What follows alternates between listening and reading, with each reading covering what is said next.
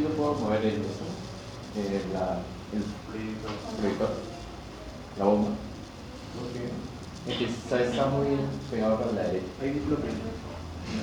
¿Sí? No.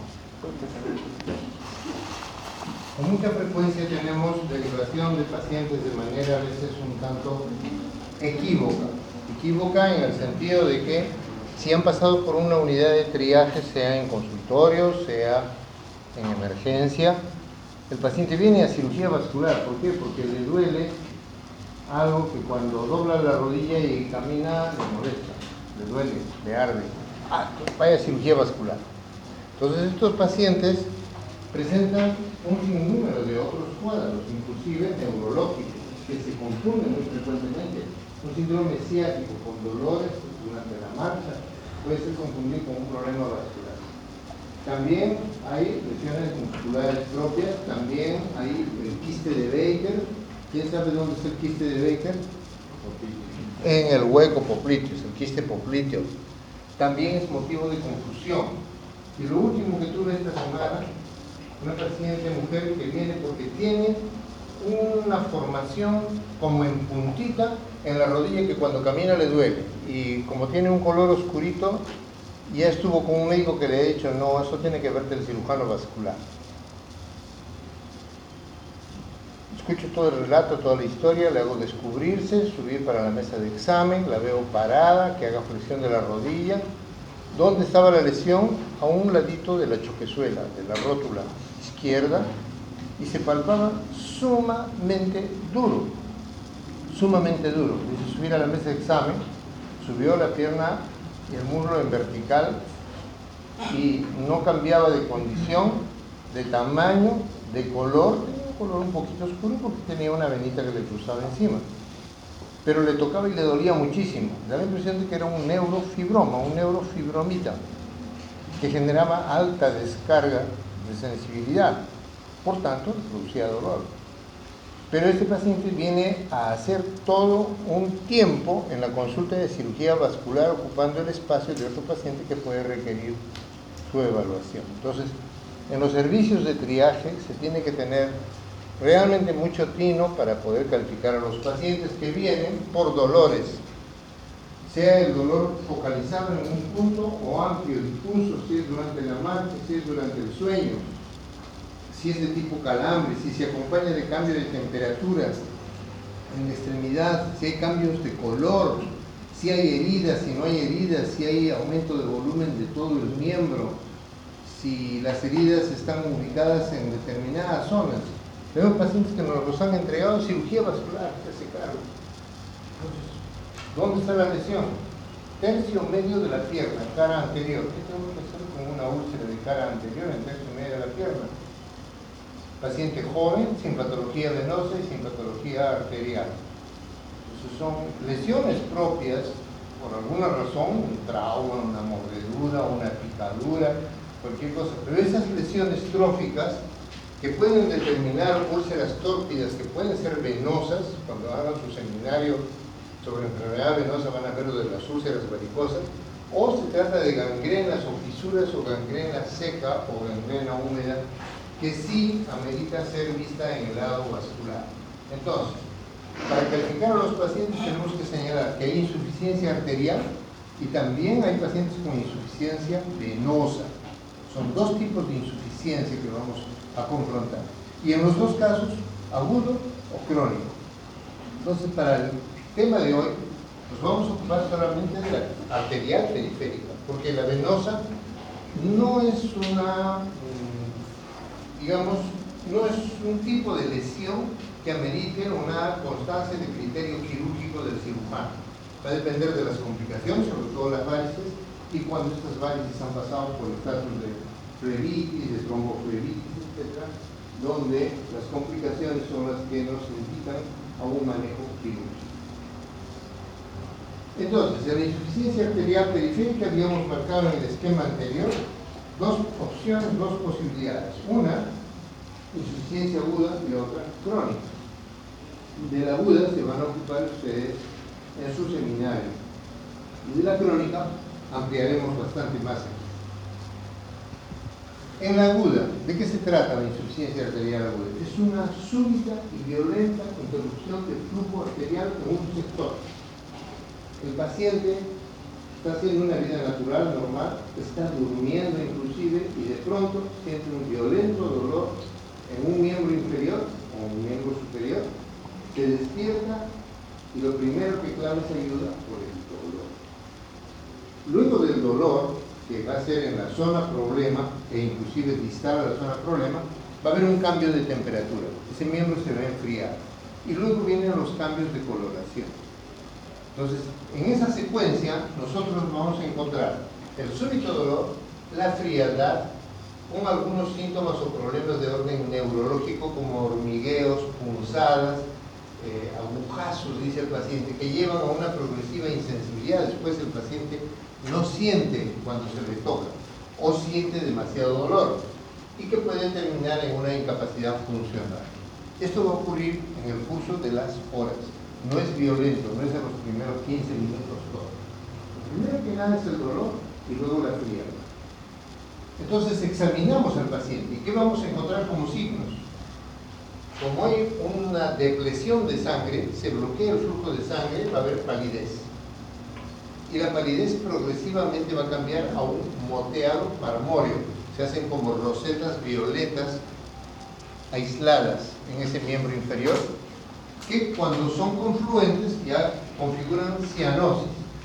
Al palpar al paciente encontramos frialdad distal y lógicamente lo típico, ausencia de pulso. Con eso estamos ya llanos a hacer el diagnóstico.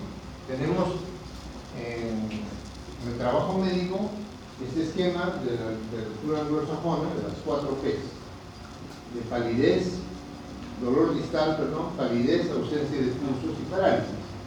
Pain, pallor, pulseless, P's. Entonces, con estos 4 datos, con estas 4 P's, decimos, este paciente tiene una isquemia aguda en el miembro superior izquierdo, inferior derecho, que haya manifestado como molestias, que es lo que lo trae al hospital. En esta foto vemos la diferencia entre estas dos plantas. Esta es normal, este es color normal. En cambio, esta tiene un tono cianótico y ni siquiera es solamente de dedos con palidez de la planta. Aquí este paciente ya tiene varias horas de problema. Ya la cianosis abarca hasta el talón. En este momento también puede verse en el miembro inferior algo como este otro paciente que tiene unos moteados aislados de color violeta. Ese es el moteado marmóreo que empieza a ser ascendente. Inclusive aparece como rosetas en el muslo. Si el paciente no pudo ser atendido y ha pasado muchas horas, la velocidad de progresión del sufrimiento tisular va a llevar ya a un color muy oscuro, muy marcado, ya linda con el negro, ¿no? Esto es una isquemia distal trascendente importante que está progresando hacia una pérdida definitiva. Este es el caso de un niño, no tan niño, un adolescente, un muchacho, 16 años, que a esa corta edad consumía fármacos. Estoy hablando de hace unos 35 años, por lo menos, que ocurrió esto. Él veía en las películas. ¿Quién ha visto El hombre del brazo de oro? ¿No han visto esto? Se ve más en las películas antiguas, donde la gente se lía el brazo con una correa desesperadamente, con una cortina, con algo, suben la manga y pinchan y se inyectan heroína, se inyectan en el antebrazo. Entonces, él miraba estas cosas y copió el esquema y dijo que esto se puede hacer. Se conseguía, historia verídica, pero estoy transmitiendo, son experiencias personales. Este chico se consiguió en una farmacia hipnóticos. Los molía entre 2 cucharas usando agua hervida tibia, creaba casi, digamos, una emulsión, si se quiere, porque las partículas no lograban disolverse. Aspiraba con una jeringuita de 5 centímetros, se liaba el brazo, hincaba e inyectaba. Entonces esto le funcionó un tiempo, hasta que un día pinchó, obtuvo sangre, disparó con la jeringa y sintió un intenso dolor de antebrazo y mano. Para mala suerte, la aguja no estuvo en vena. Cuando cogió sangre, la aguja estaba en arteria. Y esto es lo que le hizo. Un microembolismo distal que afectó los 5 dedos de la mano izquierda. Por supuesto que hubo pérdida, porque la necrosis de los ortejos en los 5 dedos no permitió conservar prácticamente ninguno. Estas son placas superficiales en la palma y en el dorso de la mano. Esas placas podrían caerse y cicatrizar, pero él quedó con la mano medio mutilada. No le duró mucho tiempo, porque él continuó con lo mismo y por supuesto se perdió. Doctor, ¿por qué en ambas? ¿O ¿Ah? en ambas? Ah, no, es una. No, son 2 fotos. Sí, ya lo vi. Son 2 fotos. El as y el efes. El dorso y la Sí, parte. No es la simpatía ocular. Se afecta por trauma un ojo y el otro tiene el otro. Bueno, entonces, ¿cómo hacemos el diagnóstico? El diagnóstico tiene que ser correcto y oportuno. Cuando estamos en un servicio medianamente concurrido, tenemos el espacio a veces de atender inclusive la emergencia con algo de holgura. Pero si están en un servicio que está muy concurrido y muy demandado, de pronto hay detalles que se escapan y se pueden perder. Entonces, la historia clínica y el examen físico deben ser adecuados, hay que ser precisos. No debemos sobrepasar 6 horas de isquemia. No debemos sobrepasar 6 horas de isquemia. ¿Cuánto tiempo puede durar el locus níger y el putamen sin irrigación?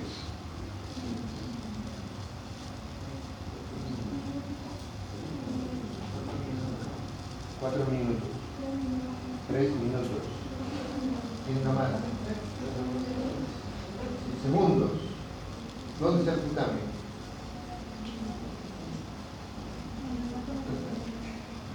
¿Qué tengo que hacer con el sistema nervioso central? El encéfalo tolera 3 minutos. Si cerramos una carótida, el parénquima cerebral del lado comprometido, sin riego, si no tiene suplencia, en 3 minutos se pierde. Entonces, por eso hay que dar una reanimación oportuna cuando se produce un paro cardíaco, hay que bajar la cabeza, hacer que haya volumen, que no falte circulación cerebral con el masaje cardíaco. Lo logramos por eso, porque 3 minutos demora el encéfalo en perderse. Un miembro inferior tolera 6 horas. 6 horas. Entonces, pasan las 6 horas y lo que va a ocurrir dentro del margen de las 6 horas va a empezar a haber pérdida de función motora. El sistema nervioso también es casi el primero que sucumbe. La falta de irrigación lo va a dañar y lo va a dañar irreversiblemente. Entonces, para llegar para las 6 horas ya este pie empieza a caerse. O sea, ya no va a estar el paciente con los 2 pies parejos, sino el pie comprometido empieza a perder tono y a caer. Luego, si le decimos mueva los dedos en el pie sano, mueve los dedos del pie, mueva fuerte, mueve el otro, estoy moviendo, doctor, no dejamos que vea, ¿no? mueva más, estoy moviendo, doctor, pero mueva más, estoy moviendo, no mueve nada. Quiere decir que ya se perdió la inervación útil a ese miembro inferior. Estamos en el límite o hemos pasado las 6 horas.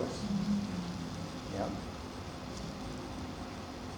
Por supuesto que esto no es una regla, no es así tajante 100%.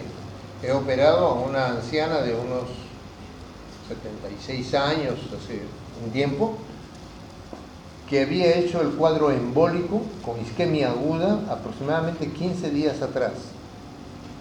Y había ido a un consultorio, había ido a otro sitio, a una posta, y no le resolvían el asunto del dolor y venía padeciendo. Ya venía con el pie disfuncional, ya no caminaba bien, ya estaba disfuncional. Pero todavía tenía la punta de los dedos con tonos rosados.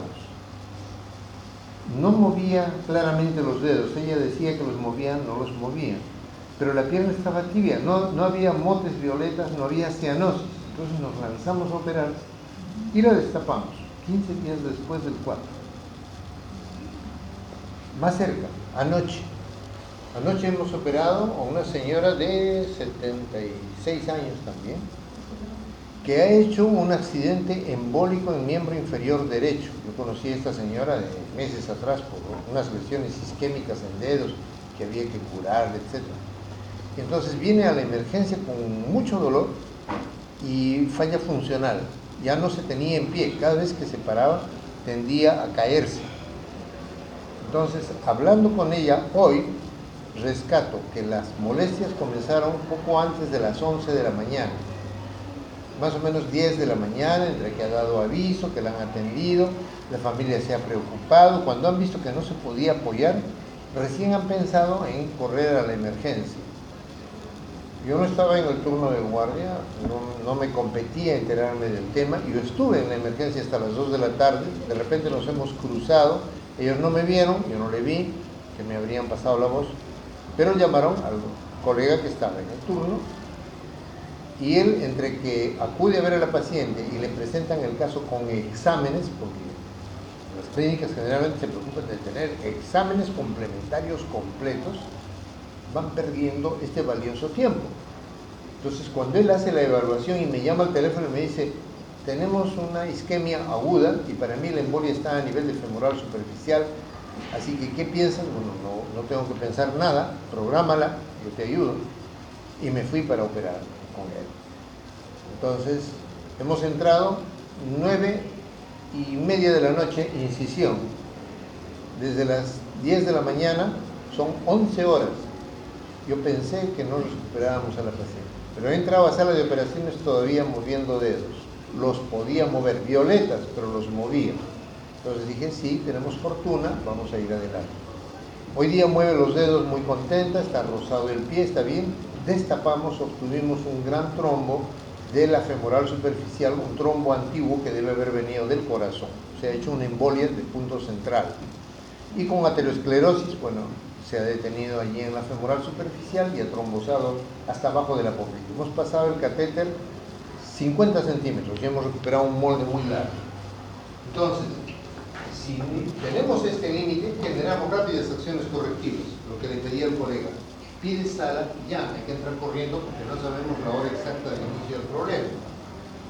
Si es en un sitio distante, definir una oportuna referencia y plantear un diagnóstico crítico cuando la isquemia aguda se produce dentro del hospital, cuando el paciente no tenía en su estatus, en su historia clínica, una condición para sufrimiento de irrigación de un miembro.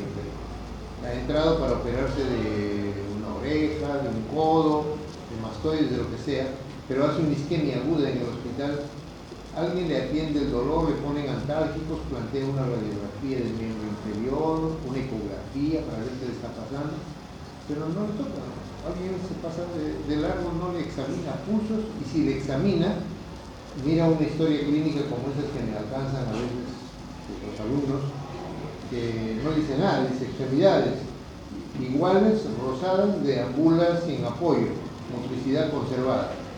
No es un examen de extremidades, no están los pulsos, no dice nada. ¿Con qué comparo si se produce el accidente dentro del hospital? Tengo que tener un patrón. Si me dice pulsos femorales presentes solo el derecho, todos los demás abolidos, yo sé que este paciente ha entrado entonces con ese déficit y ahora sé con qué puedo compararlo. Esta es una muestra de un examen que no se tiene que hacer, porque hacerlo implica gestión, hay que gestionar. Sala, material, saber si tolera el yodo del paciente, análisis de uricreatinina antes de ponerle yodo, etc. Entonces, este es un hallazgo, trombos en la femoral superficial, parecido a lo que tuvo la paciente anoche. Trombos en la poplita debajo de la rodilla. Entonces, tenemos al paciente, le hemos hecho el diagnóstico rápidamente, 4 P's, el paciente está crítico, hay que correr a sala. Por lo menos que le vea el cardiólogo, porque es muy anciano, riesgo quirúrgico. Ya, pero el doctor le va a hacer ecografía, no tengo pulsos, ya sé lo que tengo que hacer, tengo que explorar la arteria. Pero ¿y no le haremos un angiotem? Tampoco. Y una resonancia menos. Porque la resonancia además dura como 40 minutos, el paciente metido en la cámara ahí para que me digan que hay un coágulo en la femoral. Eso lo sé por clínica nada más, se palpa, no hay pulsos, eso se tapó, debió ser así porque está con crisis en el miembro inferior. Y entramos a una cirugía de alta emergencia que se puede hacer inclusive solo con anestesia local. Entonces me dicen, el cardiólogo va a venir dentro de una hora, doctor, necesita riesgo quirúrgico. No, yo firmo la historia que lo hago con anestesia local. Con anestesia local, la anestesia no me pone trabas. Si lo haces con local, no me vas a pedir que lo vaya a intubar, lo hago con local. Y se hace la incisión con anestesia local, se limpia la arteria y se cierra rápidamente. Entonces hay que resolver el tema para salvar la pierna del paciente. Podemos hacerlo con local, siempre hay que usar heparina endovenosa, desobstruimos las arterias con catéteres de Fogarty. Cuando reabrimos clamps hay que colocar bicarbonato de sodio, porque el sector que no tenía riego empieza a entrar en depósito de radicales ácidos. Y cuando viene la circulación va a barrer todo eso y el organismo entra en acidosis. Antibióticos y anticoagulación posoperatoria dependiendo del caso, pero cuando son pacientes fibriladores pensamos en anticoagular no por el lado operado, sino porque no dispare otro émbolo más, porque de repente de la zona desprendida ha quedado algo libre y está coagulando, entonces hay que anticoagular al paciente. Si la isquemia sobrepasa 6 horas y todavía el paciente mueve dedos, considerar la posibilidad de fasciotomías complementarias.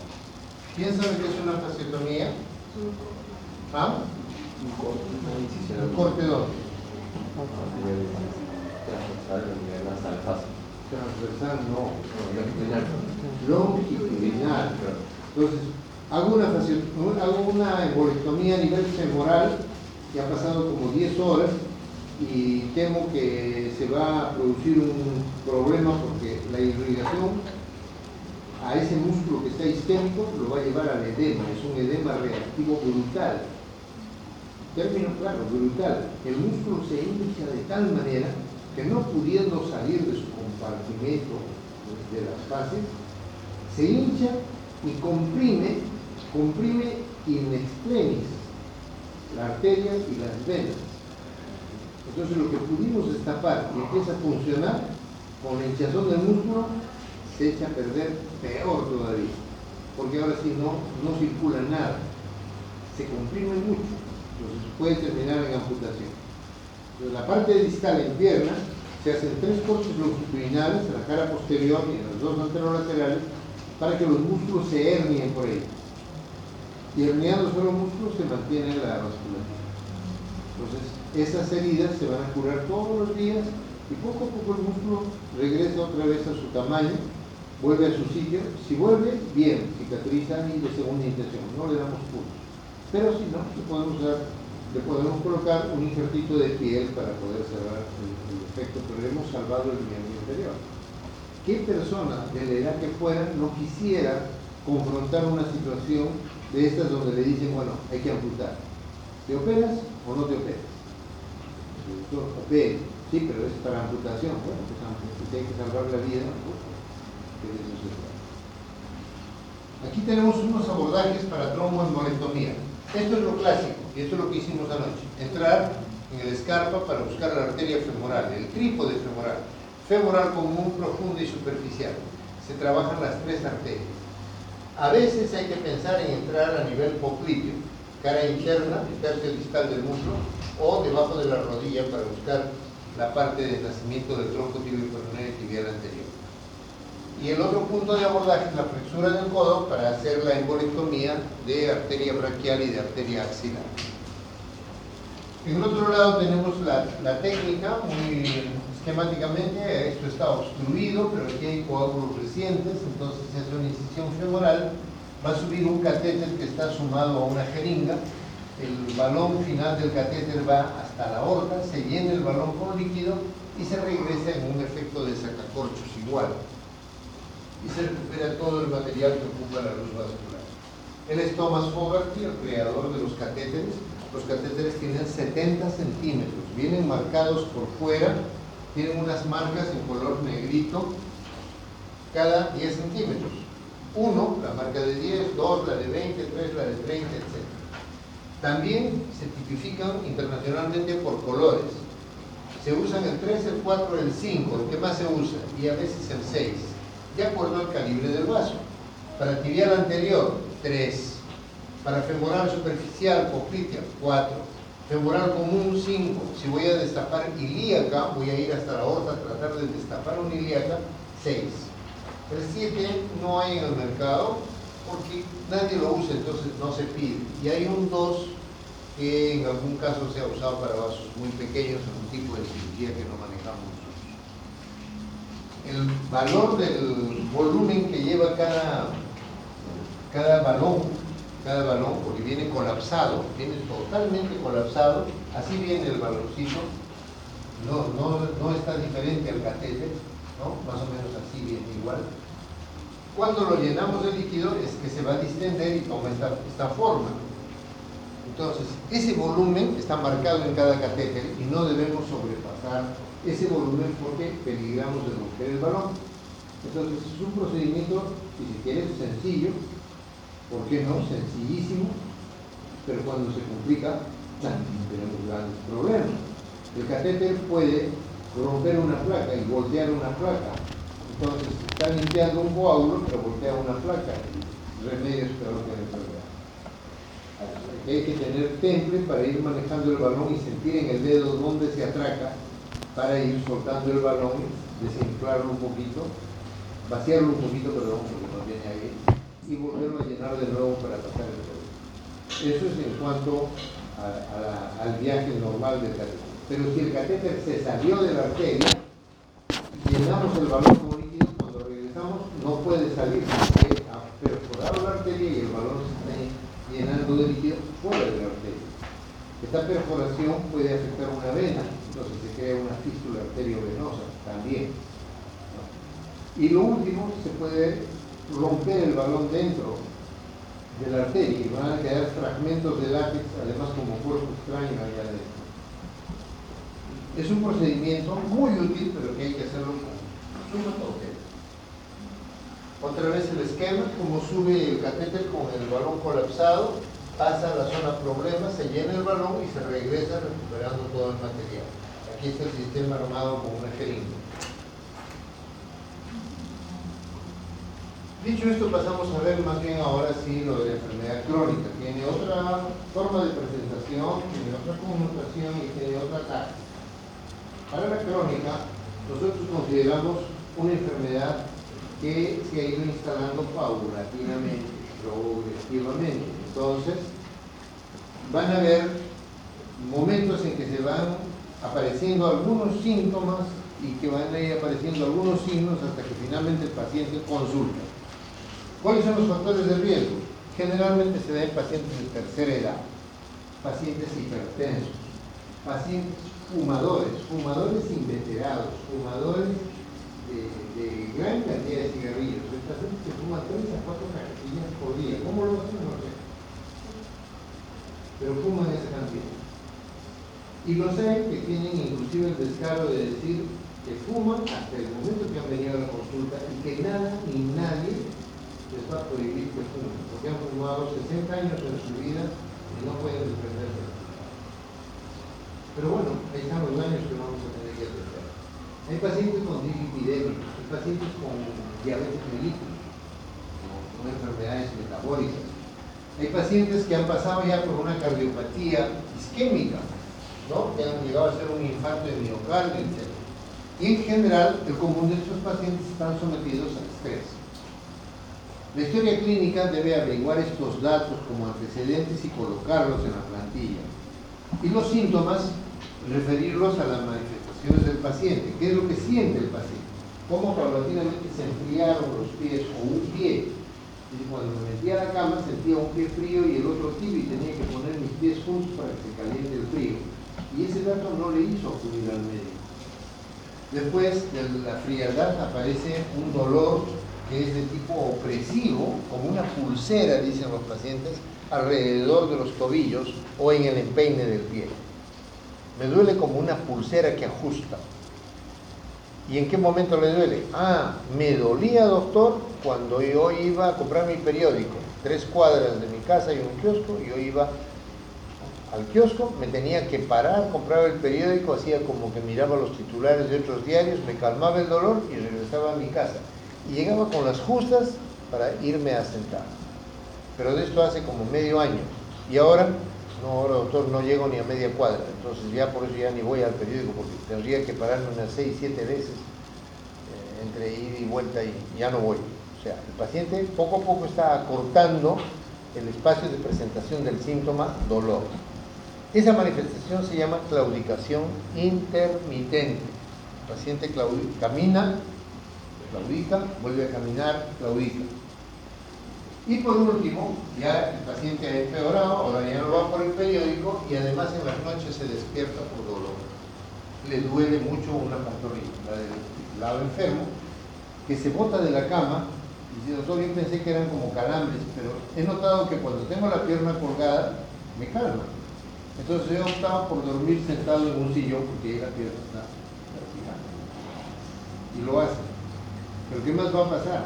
Que como esa pierna no tiene retorno fácil, tiene poco flujo, luego tiene poco bisatergo, luego no tiene retorno venoso y además la tiene vertical 24 horas, termina hinchando. Esas son las hipótesis. ¿Qué signos presenta el paciente? Puede haber hipotrofia muscular, luego vamos a ver ese miembro afectado con menos volumen. Hay hipotrofia muscular. Va a haber una afectación de faneras, pelo quebradizo, uñas quebradizas y llenas de lesiones picóticas, palidez distal primero, luego cianosis leve, luego cianosis confluente, dependiendo de si se ponen cianóticos los dedos o el talón o ambos o todo el pie. Lesiones de tipo ya somático, fisuras, heridas en los cantos del pie, gangrena, úlceras isquémicas, de manera que el paciente recién, a veces con esto viene a la consulta. Esto es lo que observamos, inspección. El siguiente paso del examen por semiología, ¿cuál es? Palpación. En la palpación vamos a cumplir dos cometidos. Uno, constatar la temperatura. ¿Cómo se constata la temperatura? Con el dorso de la mano, no con la palma. Entonces el paciente está con las dos extremidades y pasamos el dorso de nuestra mano a esta velocidad. Derecha, izquierda, derecha, izquierda. Y comparativamente vamos a ver cómo en el lado sano la temperatura se mantiene hasta la punta de los dedos, mientras que en el enfermo, en un punto determinado hay un cambio brusco de temperatura, está frío el miembro. Y se acompaña, ¿no?, de lo que estamos observando de color, de la palidez. Entonces, nuestra palpación más la visión nos dice, a partir de aquí no hay riesgo. El otro examen, ¿preguntaba algo? El otro examen durante la palpación es el examen de los pulsos. ¿Dónde los ubicamos?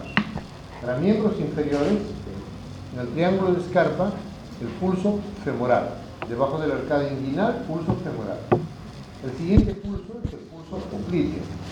Los dos pulgares debajo de la chipezuela, debajo de la rótula. Los dedos medios de ambas manos van a rodear la rodilla, llegan al hueco popliteo y entran juntos en el hueco contra el final del fémur para comprimir el paquete vascular allí. Entonces ahí se siente el pulso popliteo. Esto háganlo en gente joven y delgada hasta que se acostumbren a encontrarlo, porque es el pulso más difícil de encontrar. Inclusive a nosotros a veces nos cuesta encontrar un pulso que sí está presente. Entonces examinen y aprendan a tomar un pulso popliteo. No se toma con una mano, no se toma mirando a los pies del paciente, no, siempre mirando a la cabeza del paciente y en esa manera. El siguiente nivel de pulsos está distal. En la garganta del pie, la arteria tibial anterior, que se convierte en pedia, a la altura del primer espacio metatarsiano. Ahí encuentran la arteria pedia, final de la tibial anterior. La tibial posterior corre detrás del maléolo interno. Se ponen 3 dedos detrás del maléolo interno hasta que encuentran el pulso. Busquen este pulso. No es muy fácil de encontrar, pero tienen que practicar. Y este se va a convertir, cruzando el borde interno del pie, en arteria plantar. Entonces, las dos tibiales son las que examinamos. La peronea es profunda, está entre los huesos, llega a nivel maleolar, se convierte en ramitas de comunicación y no se puede examinar. Solamente examinamos las dos tibias.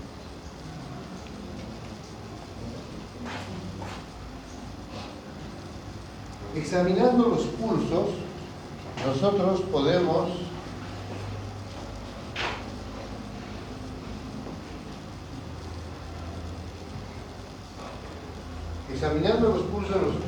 hacer un esquema en nuestra tablilla de examen o en la historia clínica. Hacer una tablita. Pulso femoral, derecho, izquierdo. Pulso femoral, derecho, cualitativamente, 3 cruces, pulso normal. Izquierdo, 3 cruces, pulso normal. Siguiente línea. Pulso popliteo, derecho, 1 cruz. Izquierdo, 2 cruces. Los pulsos han disminuido, ya no son tan buenos. Distales, pedio derecho, no se palpa, negativo. Tibial posterior, no se palpa, negativo. En el lado izquierdo, pedio, 1 cruz. Tibial posterior, 1 cruz. Hay un déficit, pero hay vigencia de pulsos. Entonces, por eso está molestando el miembro inferior derecho. Le falta pulsos distales. Ya desde el examen clínico y este esquema de pulsos, ya orientan dónde están las lesiones.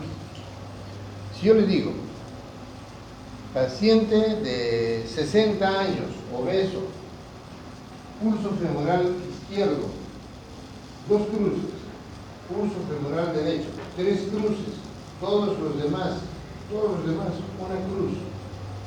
¿Dónde está el punto problema de este paciente?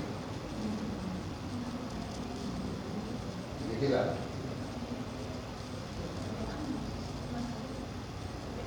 No pues, femoral común izquierda, 1 cruz, femoral común derecha, 3 cruces. ¿Dónde está el problema?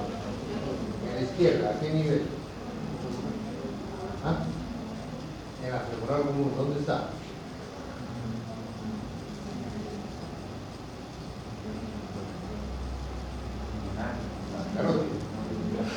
¿Dónde está? ¿Dónde está? ¿Ah? 2 femorales. ¿Qué está más? ¿Ah? Inguinales. No, pues los femorales se parten en... ¿Dónde está? ¿Y cómo están los pedios? ¿Ah? ¿Cómo están los pedios? Los pedios, todos 1 cruz. Todos 1 cruz. Vamos, Femorales, 1 cruz, 3 cruces. 1 cruz, 1 cruz, 1 cruz, 1 cruz. ¿Dónde? En la ilíaca izquierda. Vean que con este esquema ya están diciendo dónde hay problemas. Entonces no se van a contentar con una arteriografía de ingle para abajo, una femoral. No, habrá que pedir una arteriografía desde aorta para ver aorta, ilíacas, algo está pasando. Puede haber una estenosis a nivel de ilíaca.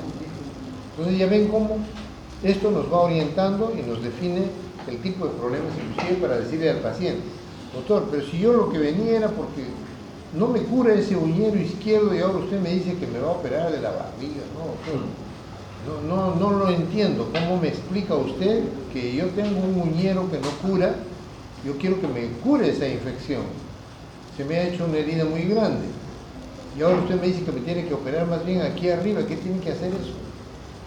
Entonces, hay que explicarle, hay que hacer un esquema al paciente y explicarle que hay una obstrucción de flujo desde muy arriba, razón por la cual las lesiones distales no van a curar. Aquí tenemos a René Fontaine. Él es el creador de un digamos, esquema diagnóstico para agrupar a los pacientes vasculares en insuficiencia crónica, donde los tiene remitidos al estadio 1 cuando el paciente es cuestión de un hallazgo médico. Nosotros encontramos signos de sufrimiento vascular y el paciente ni cuenta, no tiene síntomas. Estadio 1. Estadio 2, cuando el paciente claudica, pero la claudicación intermitente puede variar en 2 dimensiones. Camina más de 150 metros y recién le duele. Estadio 2A. Camina menos de 150 metros, 1 cuadra o menos de 1 cuadra, 2B. No puede dormir en la noche, Fontaine 3, estadio 3. Tiene talón ulcerado, un dedo gangrenado, estadio 4.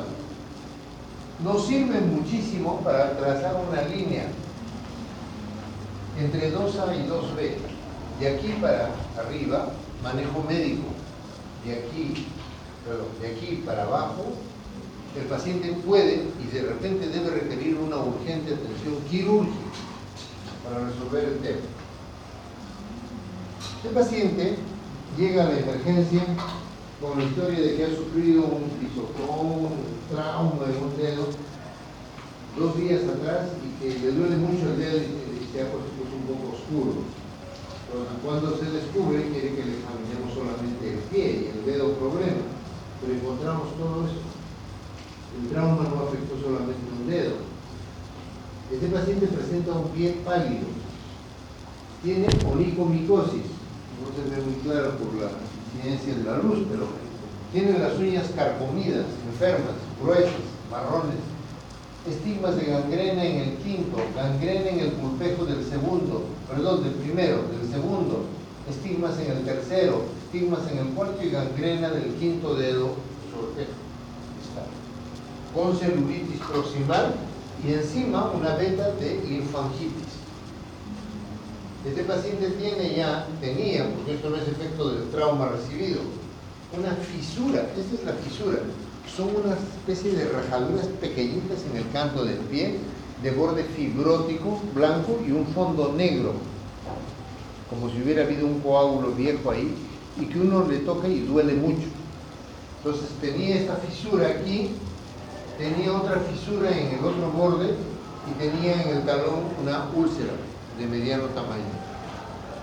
Al hacer el resumen de la historia, advertimos que el paciente no nos estaba contando que él solía estar con glucosa de 260, 280 y que él no podía seguir el tratamiento porque era muy rígido lo que le daba su médico. Entonces, es un diabético y este cuadro se llama pie diabético. El pie diabético es una entidad muy particular porque no se trata solamente de enfermedad de vasos, se trata de enfermedad del sistema nervioso central. Entonces, hay neuropatía. Ustedes saben que el sistema nervioso participa en la manutención del soma, mantiene el trofismo orgánico. Entonces, hay neuropatía en el diabético, hay enfermedad de grandes vasos, macrovasos, y también de microvasos, enfermedad periférica. Hay más susceptibilidad a la infección y también las deformidades del pie y los pequeños traumas, incluido un calzado ajustado, pueden contribuir a la presentación de estas lesiones. Meij y Wagner preparan un esquema donde clasifican, así como Fontaine también clasifican los pies diabéticos. No quiero que se lo aprendan, esto es solamente para información, para ir desde ningún tipo de lesión, pero muestra un pie de riesgo con dedos, por ejemplo, en martillo, unos dedos amartelados, pie grado 0, hasta un grado 5, donde hay gangrena extensa con pérdida de sustancia, pérdida de tejidos y importante infección. Wagner 3, la mamá de un médico. Wagner 4, con úlcera plantar, necrosis, exposición de tendones, un Wagner 5. En este último caso, con estas necrosis amplias de los antepiés, úlceras profundas en la planta del pie, úlceras en el talón, ¿qué pensamos hacer? ¿Vamos a hacer unos bypasses para recuperar tejidos? No, el paciente está en riesgo de muerte por sepsis. Urgentemente hay que plantearle una amputación bilateral, que es difícil que acepten los pacientes o la familia, pero tenemos que poner nuestras pautas de trabajo. Entonces, frente a las amputaciones en el diabético, vamos a recordar estos hechos. En el diabético hay una afección preponderante en los vasos distales, de rodilla para abajo, de codo para abajo. Eso ocurre en el diabético. Vasos menores se van cerrando tan rápido como las coronarias, igual. Hay una prevalencia de claudicación intermitente 5 veces más que en el paciente arterioscleroso común. Dicho de otra manera, al arterioscleroso común, si está entre 2A y 2B, le digo, señor, camine todos los días, 2 vueltas a la manzana, 3 veces al día. Al cabo de un mes viene, doctor, usted me dijo 3 veces al día y 2 vueltas a la manzana, me doy 5 vueltas a la manzana. Como soy jubilado, lo tengo que hacer, me doy 5 vueltas. y me siento mejor, ya no me molestan las piernas. Eso hace el arterioscleroso común. El diabético no. El diabético es difícil que recupere circulación accesoria. No hay diferencia entre hombres y mujeres. La mitad de los pacientes que se amputan ya están haciendo lesiones en el otro lado que van a llevar a otra amputación en menos de 2 años. Y la mitad de amputaciones no traumáticas se producen en pacientes diabéticos. Si tenemos el concepto ya definido del diagnóstico, vamos a contribuirnos en una fineza ya con exámenes auxiliares. El primer examen es no invasivo, es el estudio con ultrasonido. Usamos el efecto Doppler o lo sumamos a la ecografía y hacemos lo que se llama un estudio duplex para poder ver paredes de las arterias y zonas de flujo, pérdida de flujo. También nos va a servir para medir el índice brazo-tobillo, que ahora lo vamos a ver. El siguiente examen ya es invasivo, es colocar una aguja y sustancia iodada de contraste en el torrente sanguíneo. También podemos hacer un examen indirecto mediante una angiotomografía con reconstrucción del sistema vascular o una angioscopía virtual. Y la angioresonancia magnética, que no supera la angiotomografía, pero yo sigo considerando que la arteriografía sea que fuera clásica, digital, con supresión de imagen o dinámica, tiene la mejor calidad de imágenes y resolución como para poder definir qué vamos a hacer.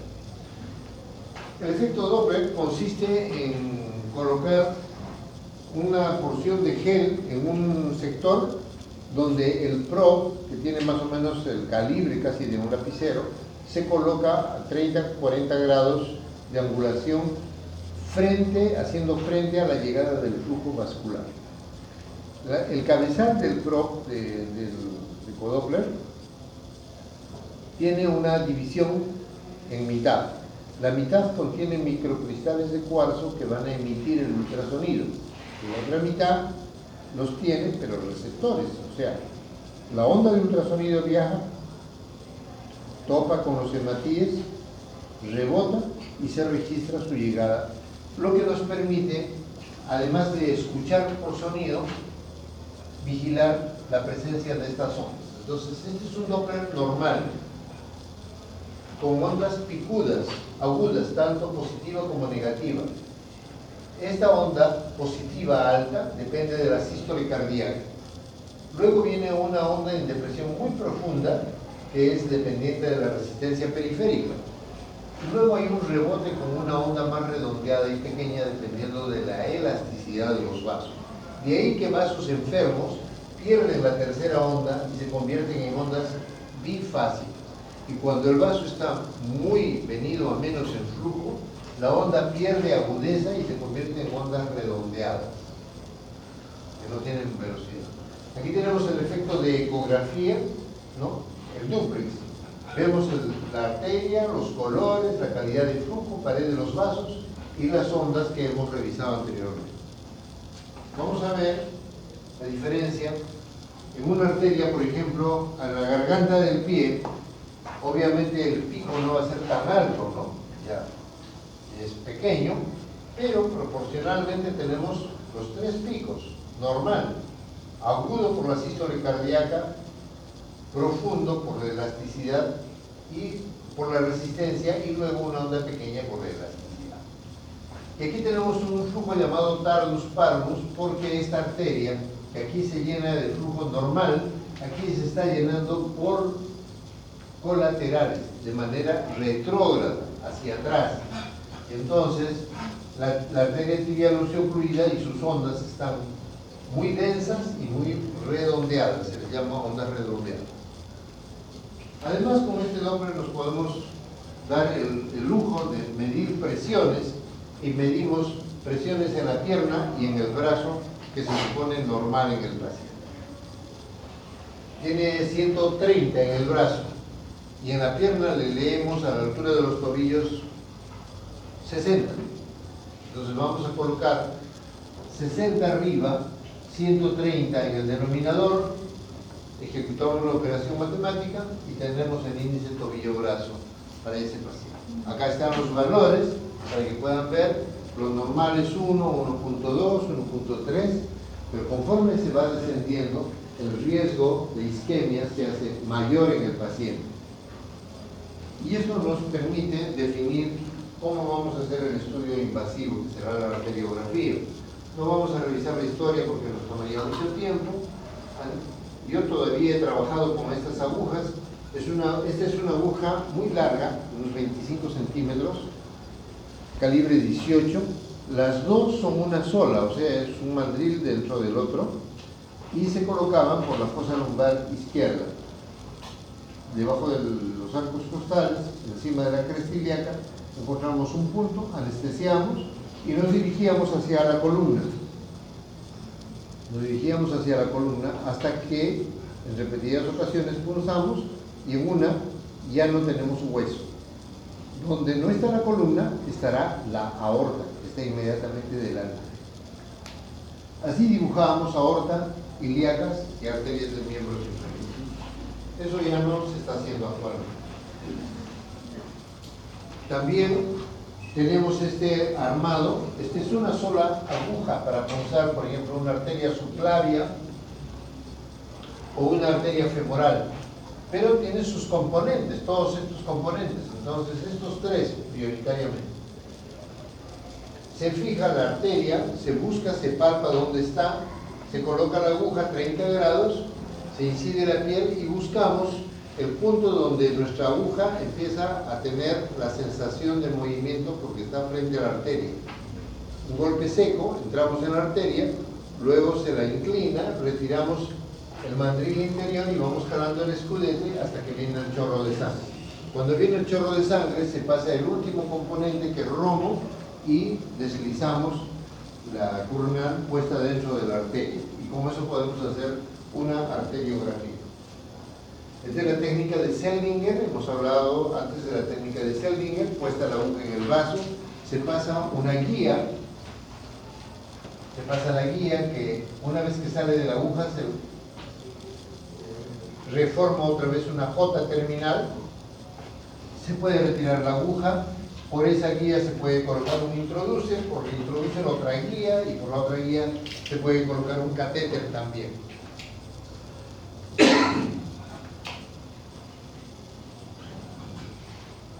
Esta es la arteriografía clásica, blanco y negro, que hacíamos antes. Vea la enfermedad antes del canal de Hunter. Enfermedad debajo de la línea articular, aquí, ateromatosis. Esto es lo moderno, se hace supresión digital. Con computadora se borran los huesos, se borra todo lo demás y nos quedan las arterias. Podemos ver una aorta con una ilíaca ocluida. Aquí una aorta en la que se descubre un aneurisma. No sabíamos de ese aneurisma hasta que hicimos la arteriografía. ¿Cómo se hace ahora la arteriografía? Se pasa por la técnica de Seldinger, un catéter que se sube hasta la zona de estudio. Aquí vemos un espolón muy grueso en la ilíaca, haciéndole estenosis, estasia de las dos ilíacas primitivas antes de dar su rama. Esta es una arteriografía del callado de la aorta, que está en la parte de abajo donde está el cursor, y el cursor sigue el camino de un catéter. Entonces se inyecta el contraste y podemos estudiar las carótidas de ambos lados. Aquí tenemos una arteriografía donde lo que está mostrando el cursor es un tumor en la bifurcación de las ramas de la carótida, que es una bifurcación en esta forma, es una bifurcación aguda. Aquí no, se está abriendo porque en medio de ellas hay un tumor. En este caso es pequeño, pero suele crecer muy, muy grande, casi del tamaño de una pelota de tenis. Es el más grande que he operado. Muy, muy grande. Es el tumor del glomus carotídeo. Cuando hay que ocupar esta lesión hay que extirpar el tumor. Es muy vascularizado, por eso se ve entre las ramas de la carótida con mucha captura de contraste. En el medio tenemos una carótida primitiva, la externa, que es la que da ramas, y la interna con un ateroma protrusivo en su interior. Más o menos lo mismo se ve en el angiotem, pero sin tanto detalle. Ahora viene, pues entonces, cuestionamiento. ¿Qué hacemos? ¿Arteriografía o angiotomografía o angiotem? Entonces, como queremos estar en lo moderno, hacemos esta evaluación en colores, con la computadora se van borrando los riñones, se van borrando los órganos, todo y nos quedamos con la aorta y sus ramas. Pero siempre está la duda de qué es lo que vemos. Estamos viendo el contenido de la arteria, no estamos viendo las paredes de la arteria. Cuando vemos las paredes de la arteria vemos unos engrosamientos irregulares como este de aquí y no estamos nunca seguros si estamos viéndola solo desde adentro con estrecheces o estamos viendo los engrosamientos de afuera. Por eso la arteriografía seguirá siendo, creo, un estudio muy pertinente. Vean la diferencia, según este esquema en la angiotomografía, hasta pareciera interrumpido el nacimiento de la subclavia izquierda, donde está el cursor, pero no está interrumpido. Según el otro tipo de reconstrucción, hay continuidad, pero con un espolón interior. Aquí tenemos una angiotomografía que es muy importante porque nos ha dejado ver un riñón en herradura. Menudo problema para el que tiene que operar esta aorta, porque no tiene cómo abordar la aorta ahora, tiene un riñón por delante. Para poder ver las arterias en la parte de las rodillas, ¿qué hacemos? Jugamos con la computadora y rotamos la presentación tridimensional para poderlas ver en su cara posterior. En este caso, una sospecha de aneurismas popliteos por la gran dilatación y ectasia de las zonas popliteas y enfermedad de los vasos distales, como se está viendo. Igual en pierna. Una angiotemia aorta abdominal con un aneurisma fusiforme muy largo, pero con paredes muy irregulares llenas de placas gruesas, hasta que da las ilíacas. Es una angioresonancia magnética con una aorta que termina en punta de lápiz. Aquí lo que se puede ver es cómo de la mesentérica superior vienen ramas por la arcada del riolano que van a recuperar flujo de la aorta inferior a través de la mesentérica inferior para irrigar miembros inferiores. Otra angioresonancia magnética para ver una estenosis a nivel de la femoral superficial. Ya tenemos los exámenes, ya sabemos dónde están las lesiones, ahora ¿qué hacemos? En algunos casos manejo médico y en otros quirúrgico, y el tratamiento quirúrgico se llama revascularización.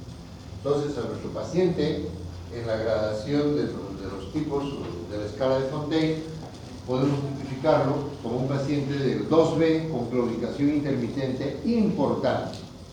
Entonces, si esta claudicación intermitente es importante, nosotros vamos a buscar si es invalidante o es no invalidante.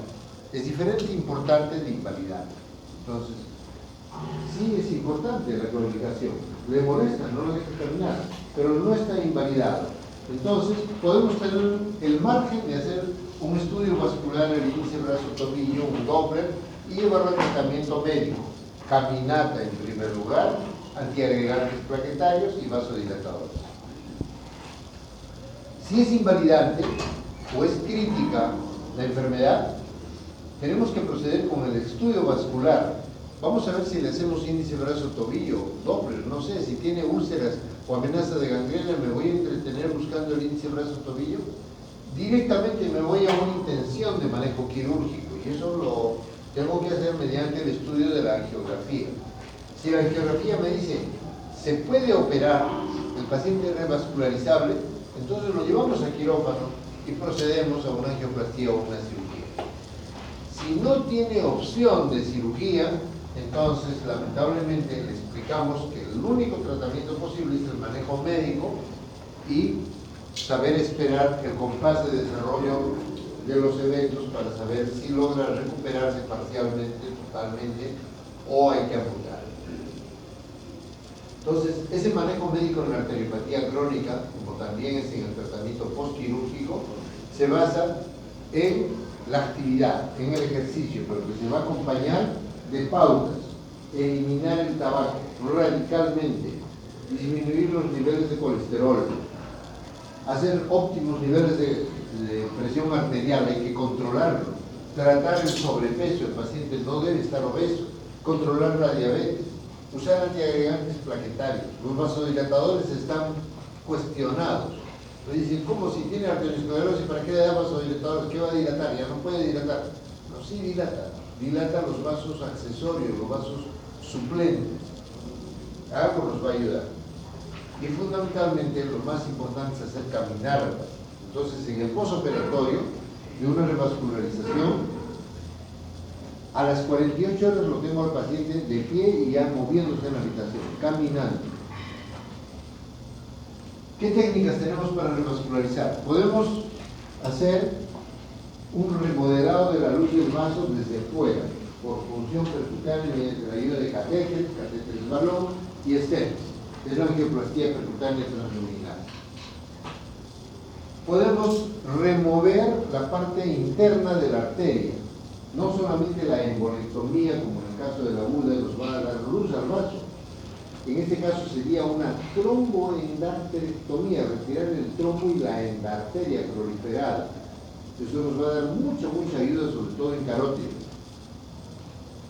Y le pongo ahí masplastía porque, como se hace una incisión longitudinal, en cirugía vascular una incisión longitudinal está sujeta a una reestenosis por efecto de la postura y la fibrosis posterior a la cirugía. Entonces hay que ponerle un parche para que haga una plastía y se cree mejor luz en ese sector. Cuando no se puede hacer esto, colocamos injertos en posición de bypass, quiere decir saltar la zona problema, tomar flujo de la zona sana y pasarlo a la zona conservada después de la enfermedad. Entonces se hace con material sintético o injertos autólogos. El injerto autólogo ideal es la vena Safé.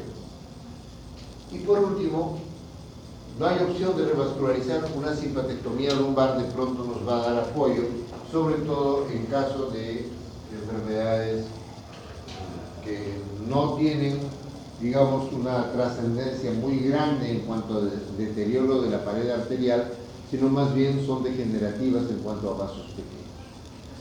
Aquí tenemos un balón de angioplastía. Si sube el balón va a tener mucha fuerza para poder impactar los ateromas que están disminuyendo la luz del vaso para mejorar su condición. Y luego les dejamos este stent con el que está vestido el balón.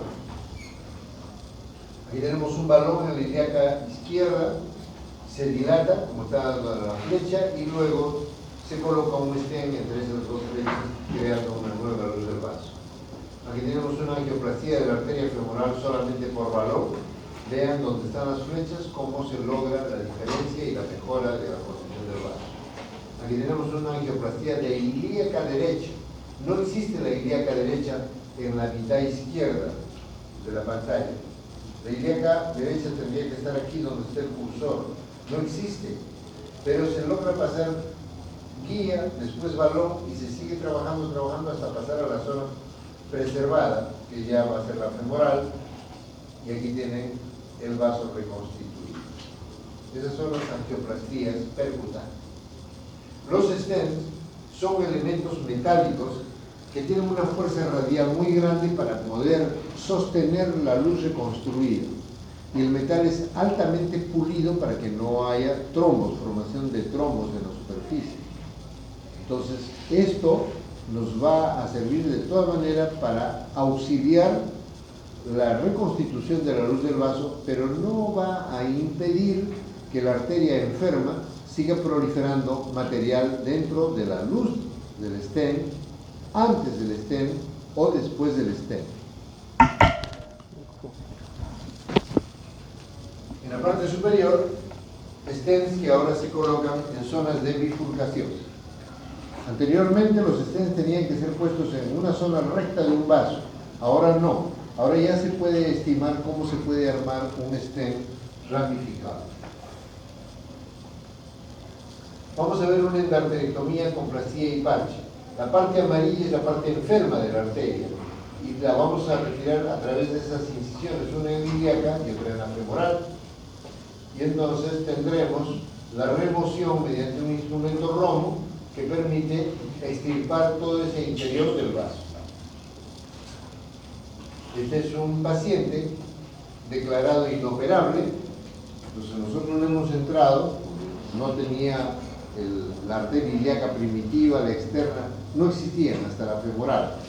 Entonces le hemos hecho en dos tiempos, hemos abierto al paciente para disecar el vaso, hemos hecho una arteriotomía aquí y una aquí.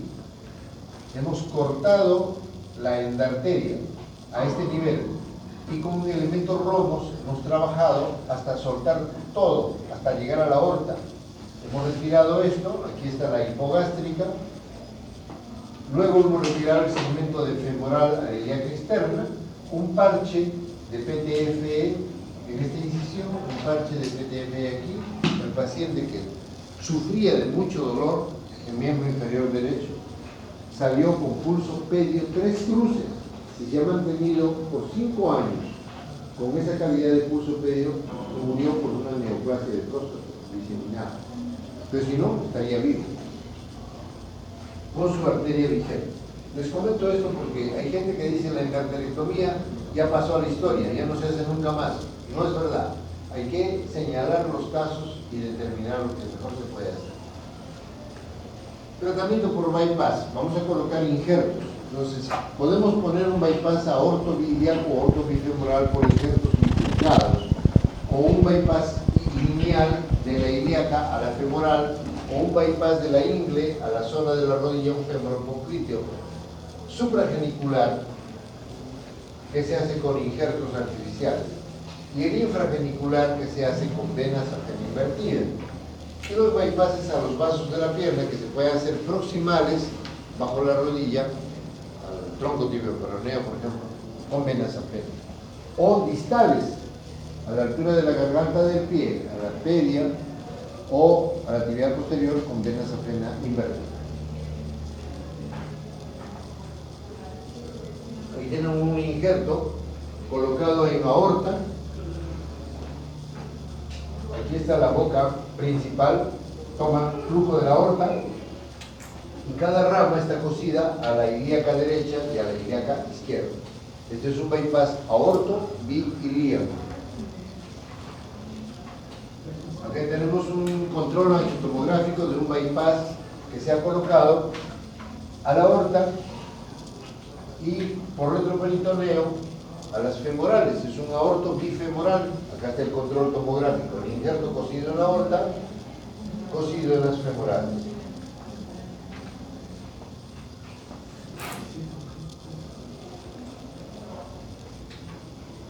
En morado, la parte obstruida de la arteria femoral superficial, y en amarillo, un bypass con Dacron, el clásico femoro-popliteo, entre la ingle, toma el flujo de la femoral y entrega arriba de la rodilla en la arteria popliteo.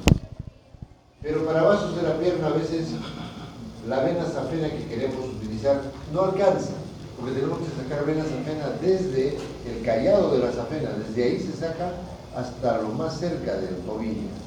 Pero hay que preparar, hay que desestimar segmento, hay que ligar vasitos, de repente el calibre ya no da, entonces solamente nos es útil una parte. Si queremos hacer un bypass a la tibial posterior a tercio medio, no va a alcanzar esa vena safena. Entonces podemos sumar un injerto artificial. Este tipo de anastomosis se llama término terminal. Injerto, vena.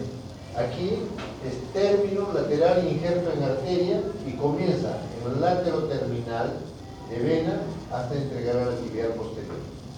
Y la última forma toma el injerto venoso del domo del injerto artificial.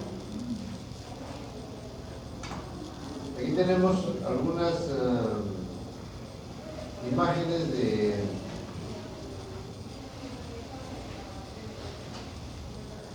incisiones varias debajo de la rodilla, la poplitea, arriba de la rodilla. Esta era para sacar vena safena y todas las otras para sacar vena safena hasta la ingle.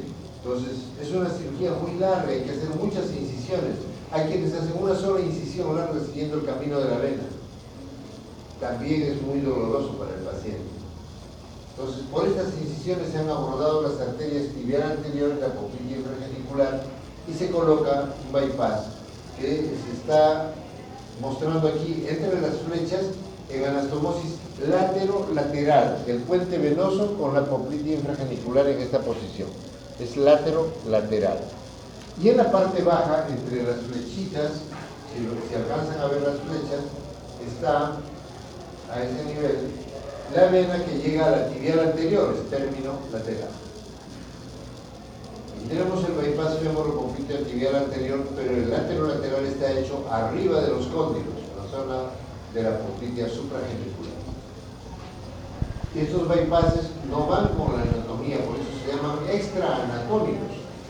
No son frecuentes, son de auxilio, de desesperación, para llevar un flujo al miembro inferior.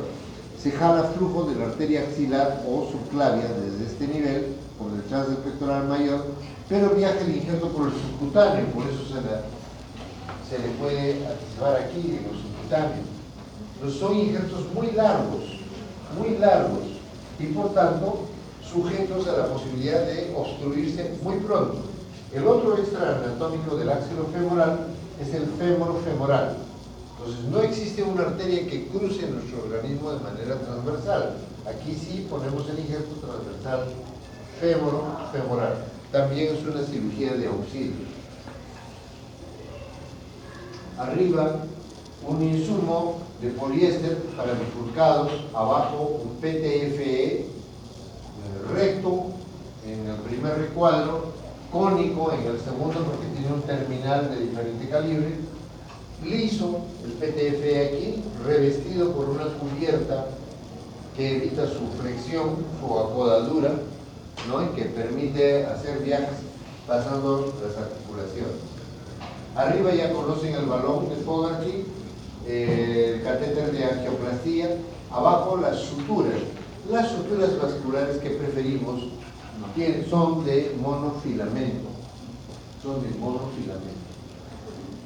Tienen 50-60 centímetros y terminan en una aguja. Cada extremo está terminado en una respectiva aguja. Y las enfermeras nos dicen, doctor, ¿ponte a la mitad? No, gracias. Déjame, no toques. ¿Por qué? Porque nosotros comenzamos la sutura vascular en un punto, con 2 agujas, y corremos sutura para aquí y sutura para el otro. Esa es nuestra técnica, siempre, casi todo. Por eso usamos 2 agujas. Si al final con una aguja hacemos todo, bueno, la otra la cortaremos. Pero lo ideal, y para eso están hechas las suturas así, tener doble aguja para poder hacer la sutura en 2 sentidos diferentes. Entonces aquí tienen 4 ceros, 5 ceros, 6 ceros. El tipo de la aguja, la longitud de la aguja, son agujas redondas, no son cortantes. Y por una ventanita del estuche se ven las agujas para que sepamos el cambio. Y si la podemos ver, es atraumática, quiere decir que la hebra entra en una especie de cúpula donde la aguja se cierra sobre la hebra para arrastrarla sin dejar una hendida en la arteria que vaya a generar sangrado. Es la sutura vascular. ¿Qué complicaciones tenemos en la cirugía de revascularización? Podemos tener sangrado. Lo primero, vamos a operar a un paciente, sangrado. Hoy día voy a curar a la paciente de anoche, casi me caigo de espanto porque el apósito estaba muy hemático, muy cargado de sangre. Nunca ocurre, pero a este paciente sí le ocurrió esto. Está muy rojo, muy embebido. Entonces retiré el apósito y no venía nada. Es que a veces la carga de heparina que ponemos en la cirugía sigue circulando y sigue generando sangrado del borde de sutura. Entonces, la primera complicación es sangrado. La segunda opción por sangrado, hematomas, y los hematomas se infectan, infección. Tercera opción, linforrea, mal manejo del cirujano. El cirujano debe cuidar en el camino de apertura y de búsqueda de los vasos, ir ligando los tirantes que podemos suponer que conectan un ganglio linfático con otro. Se puede ser muy rápido, decir, bueno, con cauterio lo arreglo todo. Va quemando. Y ya llega al vaso y ya lo prepara y lo diseca. Va a pasar las 24-48 horas del postoperatorio y empieza a mojar la herida. Los vasos linfáticos se sueltan porque han sido quemados, se cae la escara, la fuerza de la linfa no permite una cicatrización y empieza a obedecer la herida. Otra complicación, oclusión precoz del injerto.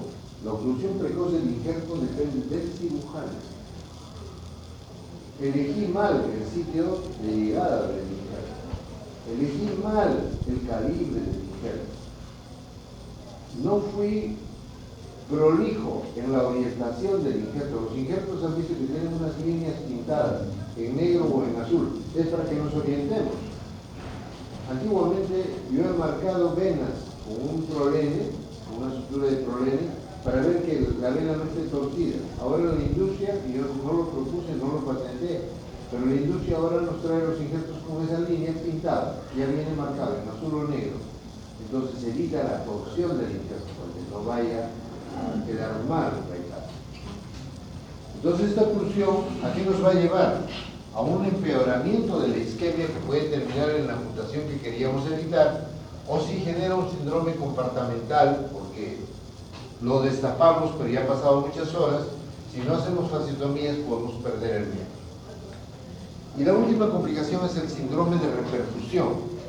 Una zona distal que ha estado vacua, sin mucha sangre, sin mucho flujo, por mucho tiempo, muchas semanas, ahora que le entregamos sangre en volumen importante, ya no se da abasto, las venas trabajan mal, empieza a jugar plasma hacia la superficie del entorno de los vasos, se infiltra en los tejidos, en el músculo, en la grasa, y tenemos una pierna muy hinchada.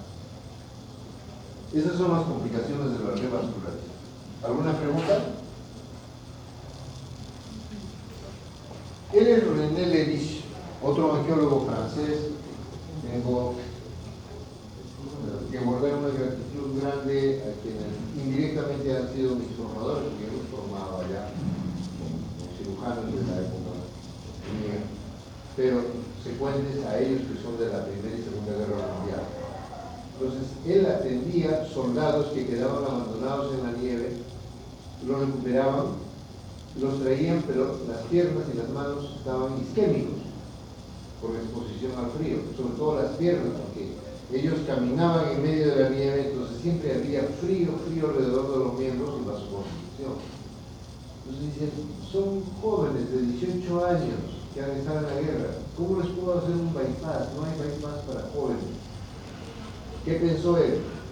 Cortar los ganglios de la cadena simpática lumbar, desconectarlos después del segundo ganglio, desconectar para abajo, estirparlos, para crear una vasoplegia subcutánea y cutánea y crear una especie de red que lleve una especie de bypass periférico para alimentar las partes distales.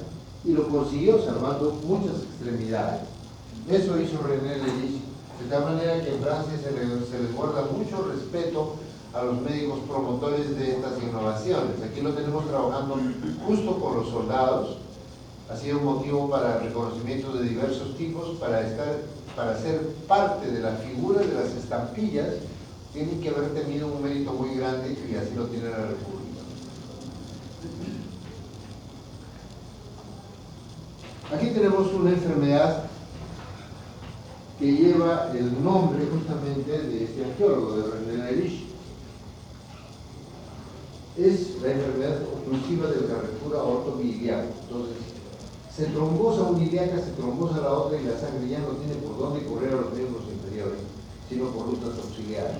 Y el trombo empieza a crecer, invade la aorta y sigue subiendo hasta que encuentra las arterias renales, que son de muy alto flujo. Ni siquiera la mesentérica inferior a veces le detiene. Sube el trombo hasta las renales y allí queda.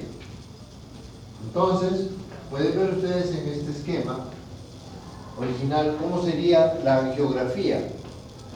Arterias renales en la parte superior, aorta, mesentérica inferior, ilíacas. Pero si se tapan estos vasos, el trombo sube y así. Aquí se ha detenido, o lo hemos encontrado antes de que obstruya la mesentérica inferior, que está dando ramos de suplencia para hacer sobrevivir los miembros inferiores. Este era un paciente alemán que vino de Iquitos, en un vuelo nocturno, llega en una guardia mía, yo era muy bisoño aún, pero me impresionó cómo el hombre viene sentado en la camilla, no venía echado, no toleraba tener las piernas horizontales, dormía sentado, así que cada pierna, no les exagero, cada pierna tendría un volumen parecido a eso, cargado de fristenas fétidas, y donde estaba esperando que le hagan evaluación, su muestra de sangre y todo, empezó a armarse un charco en el piso de todo lo que goteaba de las fristenas. Lo que tenía era una enfermedad de Lévy. Le hice al día siguiente la aortografía, coloqué la aguja en la aorta delante de la columna, y esto es lo que dibujé y esto he calcado de 3 o 4 placas de la época, porque no teníamos esa secuencia, no habían teléfonos celulares para filmar, grabar, etc. Entonces, calcando de 3 o 4 placas, logro la secuencia de vasos, cómo se hace la irrigación de miembros inferiores a partir de esta suplencia por la mesentería. Aquí tenemos estudios actuales de resonancia magnética, la solución que le dieron a un anciano, 2 axilofemorales, ya, le salvan los miembros, pero ¿por cuánto tiempo? No sé. Dura muy poco este tipo de bypass. Otro Lerish, no existe aorta ni ilíacas, todo es por ramos accesorios. Igual aquí. Está mostrando la aorta, las arterias renales, no hay aorta, no hay ilíacas. Y por ramos accesorios está viniendo el flujo desde las mamarias internas, por los rectos abdominales, para entrar por las epigástricas en la ilíaca externa y llegar a miembros inferiores hacia abajo y a vísceras hacia arriba. Lo que estoy haciendo aquí, estoy trabajando en retroperitoneo, es un abordaje por la línea de Gibson, incisión de Gibson, ¿ya? La línea del borde de los rectos donde llegan los oblicuos. Entonces, entramos por allí, empujamos todo el saco peritoneal, no vemos vísceras, aquí no se ven intestinos, se cose el injerto en la aorta por arriba de la obstrucción y se lleva cada rama hacia las femorales. Es un aorto bifemoral de la enfermedad de Levi.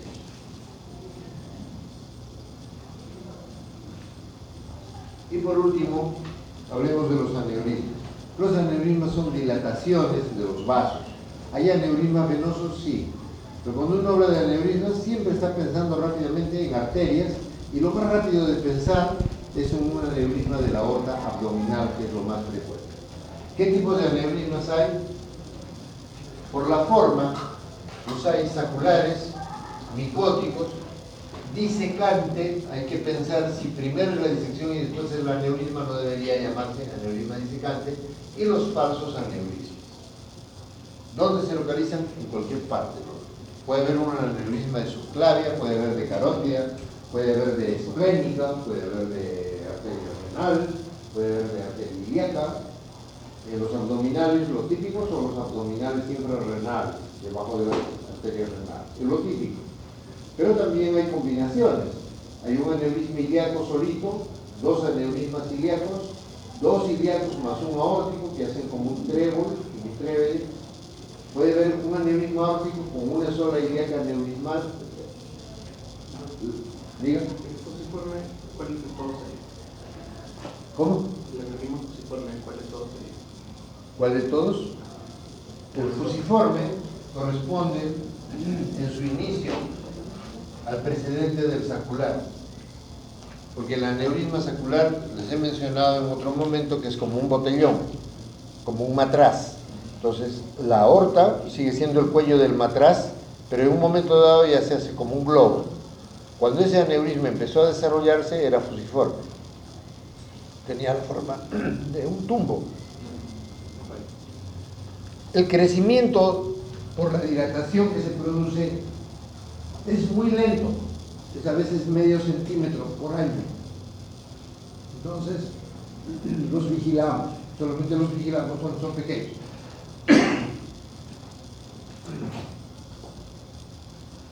¿Cuál es la etiología? Hay bebés que han nacido con aneurisma, hay bebés con aneurisma, son congénitos. Y yo tengo por ahí, no recuerdo ahorita la fuente, un artículo con las fotos de un bebé al cual le diagnostican el aneurisma y tuvieron que ponerle un injerto pequeñito de 5 milímetros para reemplazar la aorta. No, el bebé moría. Se dice que en la etiología lo más importante es la aterosclerosis. Entonces la pared de la arteria empieza a transformarse, se impregna por proceso inflamatorio de fibroblastos, empiezan a aparecer células espumosas, se depositan los materiales de colesterol, etcétera, se empieza a engrosar la pared de la aorta, es una enfermedad, pero pierde elasticidad porque se empiezan a depositar fibroblastos que reemplazan a las fibras elásticas, y cada impulso ventricular, cada latido ya no va a tener una respuesta de regreso a posición cero. Cada latido más bien empieza a ser ya un viaje al infinito. Empieza a distenderse. Micras por cada latido, pero eso sumado en unos meses, en un año, empieza a tomar ya un viaje de distancia más importante, ¿no? Entonces la dilatación se hace significativa. Existe otra teoría que es la infecciosa. Cuando la guerra de Vietnam, también las misiones médicas, como en las otras guerras mundiales, como este que pasó con Lenin también, por la atención a los soldados en la guerra y a las poblaciones diezmadas por la guerra, se hacen campañas. Unas son de vacunación, otras son de investigación también hay investigación.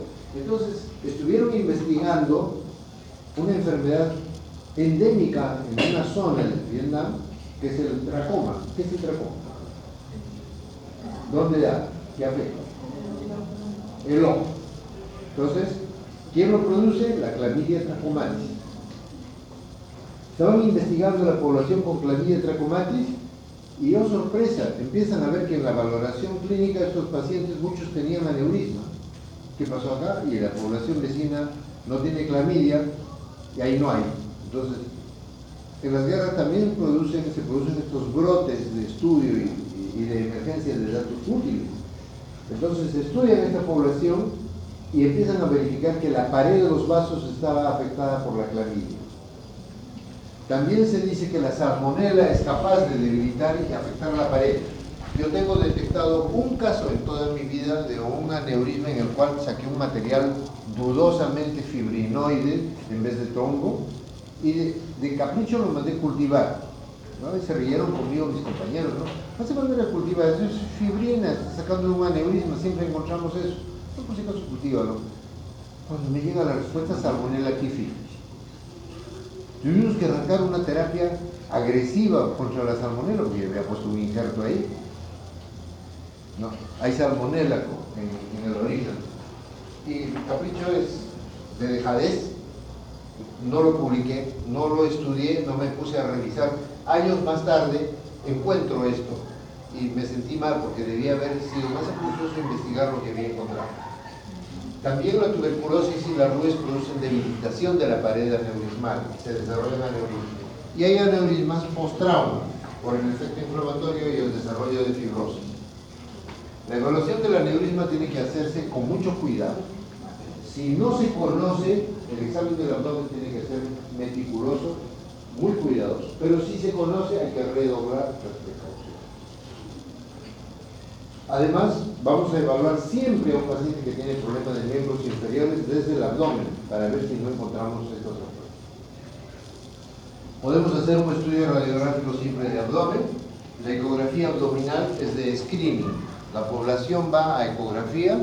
En un hospital la población va por quistes de ovario, por riñones, por páncreas, por próstata, ¿no? Por eso va a las ecografías. Además por cuadros un poco enrevesados, ecografía abdominal, a ver qué encuentran. Y ahí se detectan aneurismas, se van separando y se van entregando para la evaluación de cirugía vascular. Entonces, más de ese screening. Pero nos va a servir para vigilar aneurismas pequeños. El estudio idóneo es la tomografía. Con la tomografía sí, en la actualidad, podemos conocer, reconocer y planear el tratamiento de un aneurisma abdominal. La resonancia magnética no le supera, al contrario, es mejor la tomografía. Y no se olviden, en el examen clínico de estos pacientes, valorar siempre miembros inferiores. Siempre, siempre. No sea que salgamos de la cirugía y tiene un pie violáceo. Sí, pero antes de la cirugía lo tenía. Pero ¿quién me lo confirma? No sé, yo no lo examiné. ¿Tú lo examinaste? No, me dijeron en medicina que tenía un pie violáceo. Nadie lo vio. Hay que examinar. Aquí tenemos una radiografía simple de abdomen. El calcio está delante de la columna. Aquí se ve una veta de calcio que opaca el psoas izquierdo. Esa es una radiografía simple.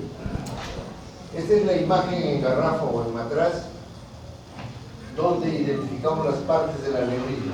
Cuello del aneurisma, la parte de aorta previa a la dilatación. Saco del aneurisma, ramas ilíacas, ¿cómo están? ¿Están distendidas, están dilatadas, están engrosadas, están estenóticas, etc.? Lo que está subiendo por aquí es un catéter que tiene una marca de oro cada centímetro para poder tomar medidas. Antes utilizábamos esto para medir el cuello, para medir el saco. ¿Cuánto medía el cuello de largo? ¿Cuánto medía el saco para saber poner una endoprótesis? Ahora ya no se hace. En la tomografía vemos la columna, los psoas, donde están los cursores, el aneurisma por delante, con una masa fibrinoide dentro. Esto es trombo y esto es sangre. Acá hay espículas de calcio en la pared. Este paciente tiene muchísimo calcio, mucho calcio y mucho trombo. Y la luz del aneurisma es central. Un poco difícil que se rompa este aneurisma, como pueden ver. Entonces los golpes de presión muy alta en esta luz van a ser amortiguados por el trombo, y del trombo por una pared cálcica, entonces es poco probable que se rompa. En cambio este aneurisma casi no tiene pared, está ocupando el fondo pelviano. ¿Cómo lo diagnosticamos? Por un dolor en hipocondrio derecho. Aquí le dolía a la paciente, era una señora de unos 86 años, muy alta, y le dolía aquí, tanto que pensamos en que era un problema hepatovesicular, pero al examinar había latido. Qué raro, ¿cómo va a latir tanto en el hipocondrio? Puede que sea un aneurisma de arteria hepática. No teníamos las tomografías como se hace ahora con reconstrucciones. Entonces la estudiamos y encontramos que lo que tenía era un aneurisma más grande que una pelota minibol y que le ocupaba desde la zona del reborde costal hasta el foso pélvico. Inmenso. Ahora el angiotem nos devuelve estas imágenes bonitas, tridimensionales, las hacemos girar en la computadora, nos estamos horas jugando con la imagen ahí. Son muy bonitas, pero hay que saberles dar su real valor también. Entonces, ¿cómo los abordamos? El transperitoneal es el abordaje clásico, incisión desde el sifoides hasta el pubis. ¿Cómo vas a ser tan grande? Hay que ir por un costado izquierdo del ombligo, poner un buen separador de Balfour, sacar las vísceras fuera del abdomen en un campo húmedo sobre el hipocondrio derecho para ver el peritoneo posterior. Cuando se ve el peritoneo posterior vemos la deformidad y el latido del aneurisma. Ese es el abordaje clásico. El abordaje retroperitoneal por lumbotomía fue de inicios, ya no se hace. En cambio, el de la línea de Spiegel sí lo hacemos. Se hacen abordajes por mini laparotomía y abordajes como apoyo de cirugía video asistida. Muy moderno, muy incómodo, demasiado tedioso, muy largo y muy complicado para al final ampliar la incisión para poder terminar el reparo de la aneurisma. No tiene sentido. Es una pérdida de tiempo, en mi opinión, muy modesta. Tenemos un aneurisma disecado, ya listo, cuello, clam, ilíacas, clam, ilíaca, clam. Se abre el aneurisma, los flaps van a los costados, aquí hay uno, aquí está el otro. Las lumbares que están atrás van a sangrar mucho, se las anula. La mesentérica inferior, que está en alguna parte de este flap, hay que asegurarse que no sangre, y colocamos un injerto directo en la aorta, en la boca conservada, y en las ilíacas o en las femorales, o en una ilíaca y en una femoral también, se puede combinar. En este caso justo es eso. Hasta el flap del aneurisma, he cosido el injerto en la boca de la aorta, una rama en las ilíacas izquierdas y la otra rama por retroperitoneo a la femoral derecha. Viene la discusión ahora. Somos muy modernos y podemos colocar insumos dentro del aneurisma. ¿Qué hacemos? ¿Cirugía convencional o implante de endoprótesis? Entonces, los colegas muy modernos, muy jóvenes, de vuestra edad un poco más, muy modernos dicen, no, doctor, ahora todo es por endoprótesis. Incisión chiquita aquí, por rayos X le ponemos la endoprótesis y ya está, el paciente al día siguiente está en condiciones de moverse, de caminar, de comer, se puede ir a su casa. Claro. No es tan cierto. Se está viviendo una ola, acabo de estar justamente en un meeting del CELA son los cirujanos endovasculares de Latinoamérica, que nos hemos agrupado en la asociación. Nos reunimos el mes pasado en Cartagena. Y uno de los temas de discusión, era la preocupación en Europa por la formación de médicos jóvenes, donde ahora están buscando hacia América Latina o a otros países del tercer mundo quién nos puede recibir internos y residentes para que se formen en cirugía de aneurisma abierto. Ya no están haciéndolo en algunos centros, entonces no tienen la formación y ahora están buscando cómo venir con nosotros. Lo que tengo ahí en la mano es un catéter 24 French que tiene un injerto bien comprimido en una cápsula en el extremo. Se sube por rayos X, mediante unas marcas de oro nos ubicamos frente a las renales, lo abrimos y luego subimos la otra rama por la otra ilíaca. Ese es el resultado. Este es el insumo en esquema y esa es una moderna solución pero muy costosa. Alrededor de $20.000 cuesta solamente el insumo. ¿Cómo se complican los aneurismas? Comprimen, dicen las vecinas, pueden generar embolia periférica, se fistulizan al tubo digestivo, vena cava ilíaca, se disecan o se rompen, que es lo más grave. ¿Alguna pregunta? El que se rompa un aneurisma no implica necesariamente la muerte del paciente. Eso puede aún ser salvado. Hay pacientes que han logrado pasar una chance de un viaje inclusive con aneurisma roto. Será un correcto diagnóstico y rodear al paciente de seguridades para que pueda salvar el momento.